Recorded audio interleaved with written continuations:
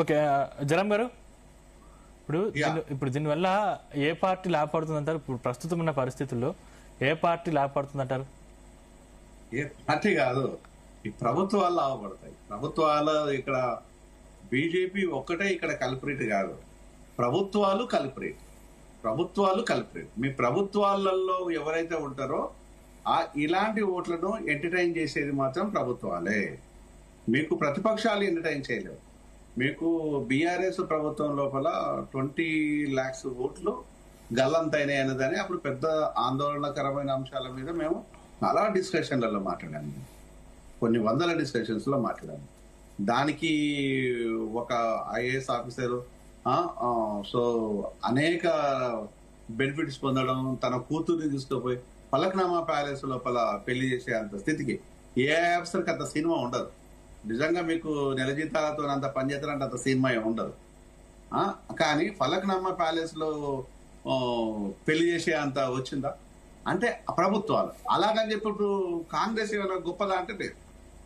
ఎక్కడైనా కూడా రాహుల్కు నేను చాలా సందర్భాల లోపల నేను లెటర్ కూడా రాశాను. దానికి నాకు అప్రిషియేట్ చేయాల్సిందంటే రాహుల్కు మనం ఏది రాసినా కూడా అది ఈజీగా రిప్లై వస్తారు. మన స్టేట్ లో ఉండే వాళ్ళకు రాస్తే చెప్తే దున్నపోతు మీద వర్షం కూర్చుంటే కానీ Rahul team is very active అన్న వేరే డౌట్ ఏం లేదు. అది నేను ఇవన్నీ అంశాలను కోట్ చేసి లెటర్ రాస్తే దాంట్లో చాలా క్లియర్ గా యాక్సెప్ట్. అంటే ఎప్పుడైనా కూడా ప్రభుత్వాలు, మన ప్రభుత్వం ఉన్నప్పుడు మనం ఏం చేస్తున్నామో మనం చేసిన దాని మీద టెస్టిమోనీస్ తీసేసి దాన్ని ప్రజల ముందు పెట్టండి. ఇతర ప్రభుత్వాలకు మార్గదర్శకాలు మీరు చెయ్యండి. మీ రాష్ట్రాలలో ఉన్న ప్రభుత్వాలు మీరు ఏం చేస్తున్నారు, అప్పుడు కేంద్రాన్ని నిలదీస్తే చాలా స్పష్టత ఉంటుంది. అలాగని చెప్పేసి ఈ రోజు రాష్ట్ర కేంద్ర కమిషన్స్ ఏవైతే ఎలక్షన్ కమిషన్ దాన్ని పూర్తిగా ఇండివిజువల్ గా ఉంది అంటే నమ్మే అంత పిచ్చోళ్ళు ఎవరు లేరు. ఆధార్ కార్డు ఒకవేళ కనుక ఇప్పుడు కేంద్ర ప్రభుత్వం కానీ సుప్రీంకోర్టులు కానీ ఈ రోజు ఈ ఐడెంటిటీ పనికి రాదనుకుంటే దేశంలో ఒకటే ఐడెంటిటీ ఉంటుంది. ఆ ఐడెంటిటీ ఏది దాన్ని తేల్చండి ఫస్ట్. నేను లండన్ దగ్గరగా నేను అనేక దేశాలతో పనిచేశాను ఒక ఇంటర్నేషనల్ కోఆర్డినేటర్ గా. మా లండన్, యూకే కావచ్చు, యుఎస్ కావచ్చు, ఆస్ట్రేలియా కావచ్చు, కెనడా కావచ్చు, లాస్ట్ కు దుబాయ్ యుఏఈ కంట్రీ దాని కూడా సింగిల్ ఐడెంటిటీ ఉంది ఒక సిటిజన్ కి. ఆ ఐడెంటిటీ అనే దాని మీద వాళ్ళకు చిత్తశుద్ధి ఉంది, దానికి రెస్పెక్ట్ ఉంది. మరి మన దేశ ఐడెంటిటీ ఏది? ఈరోజు చెప్పుకోవాలనుకుంటే ఓ హిందూ, ఒక ముస్లిం, ఒక క్రిస్టియను, అది కాదు అనుకుంటే ఒక అమ్మ, ఒక రెడ్డి, ఓ మాల, ఒక మాదిగ, ఒక కమ్మరి, ఒక బ్రాహ్మణ్, ఇవేనా మన ఐడెంటిటీలు? అంటే ప్రభుత్వాలు మారినా కుల రాజకీయాలు మారట్లేదు కదా. అంటే ఈ రోజు మనకు ఐడెంటిటీ క్రైసిస్ లో ఉన్నాం. ఈ రోజు భారతదేశ ప్రజలు ఐడెంటిటీ క్రైసిస్ లో ఉన్నారు. ఈ ఐడెంటిటీ క్రైసిస్ నుంచి ఓవర్కమ్ చేయాలంటే మీరు ప్రణాళికబద్ధమైన ప్రక్షాళన ఏ విధంగా చేస్తారు? మీకు ఐడెంటిటీ క్రైసిస్ ఉన్న తర్వాత మీరు ఏ విధంగా చేసినా దానికి యాక్సెప్టబిలిటీ కాదు. మీరు చెప్పే ఏ స్టోరీ కూడా అది మీకు మాత్రమే వర్తిస్తుంది. ఇప్పుడు నరసింహారెడ్డి చాలా క్లియర్ గా చెప్పారు, నేను అభినందిస్తున్నాను. కానీ అది మీకు మాత్రం వర్తిస్తుంది, అది ఇతర పార్టీలకు వర్తించదు. మనం చెప్పేది మనకు వర్తించడం కాదు.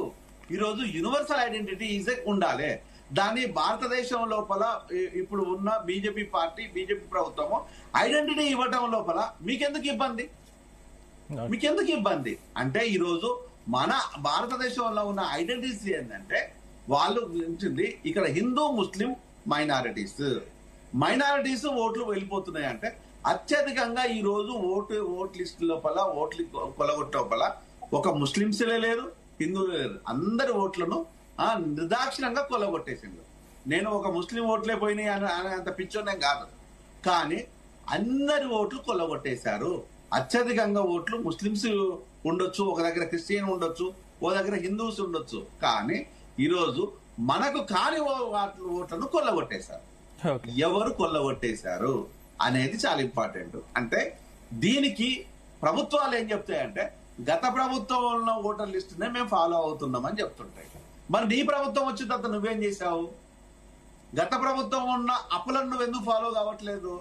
గత ప్రభుత్వంలో ఉన్న ఇబ్బందులను నువ్వు ఎందుకు ఫాలో కావట్లేదు? గత ప్రభుత్వంలో ఉన్న క్లారిటీ, విజనరీ థింగ్స్ నువ్వు ఎందుకు ఫాలో కావట్లేదు? ఇది మాత్రమే ఎందుకు ఫాలో అవుతుందంటే ఇది అధికారంతో కూడుకున్నది, అది అవసరాలతో కూడుకున్నది, అది ప్రజల అవసరాలు. ఇది నీకు కావాల్సిన అధికారం, నీ అవసరం. అంటే ఇంత మోసాన్ని చాలా క్లియర్ గా కనిపిస్తుంటది. ఇప్పుడు మీకు ఏ విద్యార్థి కూడా, నేను మొన్న ఢిల్లీ యూనివర్సిటీకి వెళ్ళేసి ఒక సెమినార్ లో పాల్గొంటే అక్కడ చాలా యాక్టివ్ గా మాట్లాడుతున్నారు.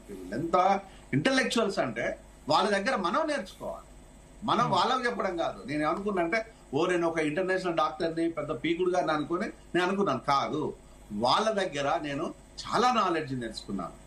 అంటే ఎట్లా ప్రభుత్వాలను రన్ చేయాలి, ఎట్లా ప్రభుత్వాలతో మనము డీల్ చేయాలి, ఎట్లా నెగోషియేట్ చేయాలి అనే దాన్ని they are speaking very fluent for it. కానీ ఈరోజు మన దేశంలో ఉండే నాయకులకు ఆ తెలివితేటలు ఎందుకు లేవు?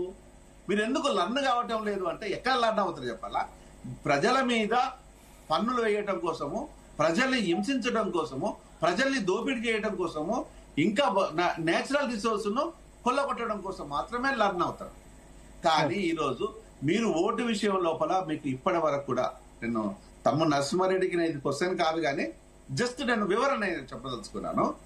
మనము 12 సంవత్సరాలుగా భారతదేశం ఈరోజు దేశ చాలా కీలకమని చెప్పుకున్నాం. మనము అన్ని దేశాలను తిరుగుతున్నాం, మనము అనునిత్యము ప్రజలతోనే ఉంటున్నామని చెప్పుకుంటున్నాం. మనము ఒక ఐడెంటిటీని ఎందుకు క్రియేట్ చేయలేకపోయాం?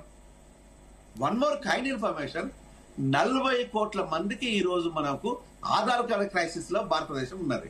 ఇది నేను చెప్పింది కాదు. వన్ మోర్ కైండ్ ఇన్ఫర్మేషన్, భారతదేశ లెక్కలు చెప్తున్నాయి. 40 crores ఈ రోజు మనకు ఆధార్ క్రైసిస్, ఐడెంటిటీ క్రైసిస్ కాదు, ఆధార్ క్రైసిస్ లో ఉన్నాం. ఐడెంటిటీ క్రైసిస్ మనం చెప్పాల్సిన పని లేదు. ఈరోజు దేశానికి ఐడెంటిటీ క్రైసిస్ ఉందనేది ఈరోజు సుప్రీంకోర్టు చెప్తుంది, గౌరవనీయులైన సుప్రీంకోర్టు చెప్తున్నది, గౌరవనీయులైన భారత ప్రభుత్వం చెప్తుంది. నేను ఇది స్వీకరించానంటే ఈరోజు మనం ఐడెంటిటీ క్రైసిస్ లో ఉన్నామట, లేనట్ట. దేన్ని స్వీకరిస్తాం మనము? దేన్ని స్వీకరిస్తాం? లాస్ట్ నేను ఒక మెడికల్ డాక్టర్ గా చెప్పాలంటే, నిజంగా మీకు కనుక చిత్తశుద్ధి ఉన్నట్టు అయితే, this thumb but universal only 1 person, not to my son, not to my father. This is not match for anyone. నా కొడుకు కానీ నా తండ్రి కానీ ఇది మ్యాచ్ కాదు. నన్ను పుట్టించిన వాడికి, నేను కన్న వాడికి ఇది మ్యాచ్ కాదు. చలో ఇది తీసుకుంటావా? నీకు అంత దమ్ముందా? ఫింగర్ థంబ్ ఈజ్ యూనివర్సల్, ఇది తీసుకుంటావా? ప్రపంచ దేశాల లోపల థంబ్ని రికగ్నైజ్ చేసింది, నువ్వెందుకు రికగ్నైజ్ చేయవు అంటే ఇక్కడ చాలా కీలకం. కాబట్టి నువ్వు థంబ్ ప్రింట్ పెడితేనే ఓపెన్ అవుతుంది. మరి అది ఓపెన్ చేసి పెడతావా? ఈరోజు అనేక దేశాల్లో లోపల ఈరోజు లాస్ట్ కు ఎంట్రీ ఎగ్జిట్ లోపల థంబ్ ప్రింట్ తీసుకొచ్చిందో, మరి దేశాన్ని కాపాడుకునే ఒక పౌరుడు విషయం లోపల థంబ్ను ఎందుకు రికగ్నైజ్ చేయవు? నేను దీన్ని ప్రశ్నించాను, దీన్ని నేను అడిగాను. అవును ఇది బెటర్ కదా, దీన్ని ఎవడు మార్చలేడు కదా అని అంటున్నారే తప్పితే ఎవడు దీని మీద డిస్కషన్ పెట్టట్లేదు. ఎందుకు అంటే మనకు ఇది రేపు ఏ క్రైసిస్ వస్తుందో, రేపు ఎంత వ్యతిరేకమైన వస్తాయో అన్ని ఈ ఇబ్బందులు అన్ని రాజకీయ పార్టీలు ఫేస్ చేస్తున్నాయి. Not only BJP. నేను బీజేపీ ఒక్కటే తప్పు పట్టట్లేదు. ఆల్ ద పొలిటికల్ పార్టీస్ ఈ పాపంలో భాగమే. ఇంట్లో పుణ్యం కట్టుకున్నాడు ఎవరు లేరు. దీంట్లో అత్యధికంగా భాగాలు ఎవరికి ఉన్నాయంటే ఒకవైపు కాంగ్రెస్, ఇంకొక వైపు బీజేపీ. ఎందుకంటే ఇవి జాతీయ పార్టీలు కాబట్టి దీన్ని మీరు చిత్తశుద్ధి ఉన్నట్టు అయితే ఫస్ట్ సిటిజన్ ఐడెంటిటీ క్రైసిస్ నుంచి బయట అయ్యండి, దాని తర్వాత మాట్లాడండి. అంటే ఇది తొత్తున అయిపోతుంది. దీన్ని అడిగే దమ్ము ఏ ఒక్క రాజకీయ నాయకుడికి లేదు, ఏ ఒక్క రాజకీయ నాయకుడికి లేదు. నాట్ ఈవెన్ సింగిల్ పొలిటీషియన్ కు లేదు. ఎందుకు అంటే దీని మీద డిపెండెంట్ గా ఉన్నది అన్ని ప్రభుత్వంతో ఎంజాయ్ చేసిన ప్రతి ఒక్కడు దీని డిపెండెంట్ గా ఉన్నాడు. నీకు ప్రభుత్వంలో లేకపోతే మనం ఏం చేయలేం. కానీ ప్రభుత్వంలో ఉన్న అన్ని పార్టీలు ఈ మోసాన్ని ఎంజాయ్ చేసిన వాళ్ళే. దీన్ని కాదని ఎవరైనా అంటారో చెప్పండి, నేను డెఫినెట్ గా నేను దానికి ఆన్సర్ చేయగలుగుతాను. ఓకే, నరసింహారెడ్డి గారు. మొదలుగా నేను ఇప్పుడు ఇందాక శ్రీనివాసరావు గారు అన్నట్టు 30 లక్షల ఓట్లు మమతా బెనర్జీ తిరిగి తెచ్చింది అనేది పచ్చి అబద్ధం. ఫస్ట్ కాంగ్రెస్ అబద్ధాలు చెప్పుడు మానేయాలి.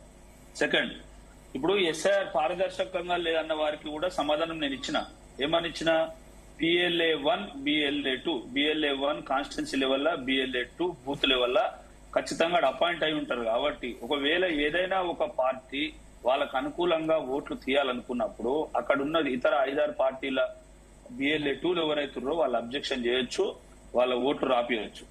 2. రెండోది, సుప్రీంకోర్టుకి చాలా మంది కూడా పోవడం జరిగింది. సుప్రీంకోర్టు కూడా క్లియర్ గా చెప్పింది, SIR is mandatory, it's a regular constitution process, it's not something different one and something new thing. So ఇది ఎవ్రీ 20-25 ఏళ్లకి నడుస్తూనే ఉంది, అయితేనే ఉంది. మీరు దీన్ని తప్పుదోవ పట్టించుకుంటా బీజేపీ ఓట్లు తీసేస్తుంది,